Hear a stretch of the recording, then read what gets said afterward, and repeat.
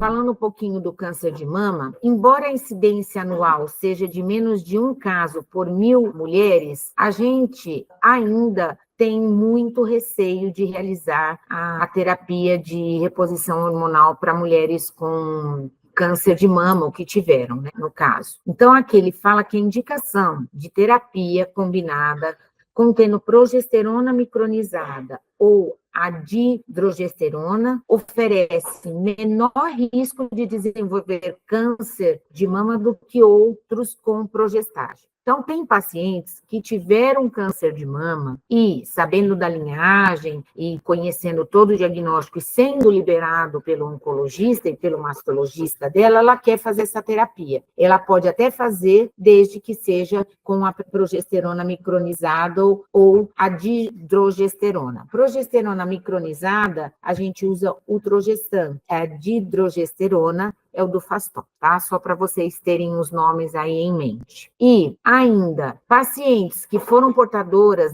que tiveram câncer de mama, né? Portadoras da mutação BRCA1 e submetidas à oforectomia profilática, que é feito, não tem aumento do risco de desenvolver câncer de mama com a terapia, tá? De reposição hormonal. E lembrar que estrogênio isolado ou combinado não indicado para mulheres que têm antecedentes de câncer de mama, tá? Então, não tem evidência segura para a gente estar fazendo isso. E o uso da tibolona é inconclusivo. Então, a gente abre mão dessa terapia e só realizar essa terapia caso ela seja acompanhada com o mastologista e com o oncologista da paciente. E o câncer de endométrio, né? Então, assim, como eu falei para vocês, o uso do estrogênio isolado para pacientes que tiveram câncer de endométrio aumenta o risco da hiperplasia do endométrio e, consequentemente, câncer de endométrio,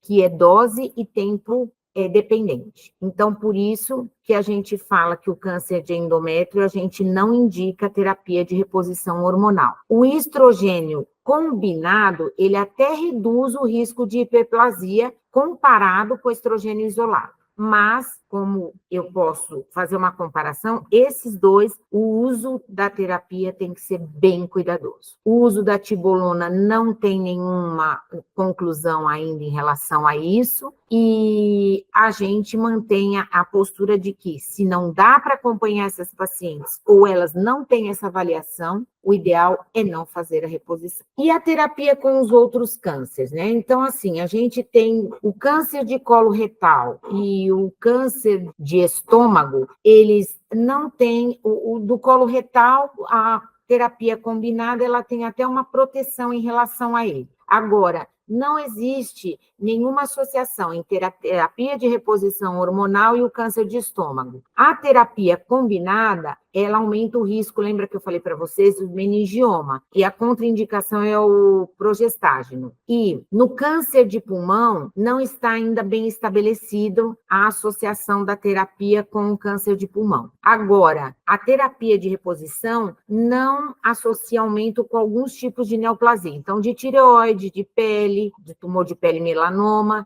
do não melanoma, do hepático, de doenças hematológicas malignas e renal. E falando um pouquinho da terapia androgênica, as mulheres com útero, o uso de testosterona, lembrar que ela não exclui a necessidade do uso do progestágeno para proteção do endométrio. E a dosagem de androgênio sérico, ela não deve ser utilizado para diagnóstico de insuficiência androgênica. E se for usar, a preferência é por via transdérmica, porque evita a primeira passagem, que seria pelo fígado. E a indicação primária é para as queixas sexuais. Lembrando, gente, que, infelizmente, quando a gente fala no uso da testosterona, ela ainda é cara para o acesso na rede pública, né? E a gente não tem ainda à disposição. Então, quando a gente prescreve, a gente tem que pedir para o paciente manipular, tá? Então, tem que ter muito cuidado em relação a isso,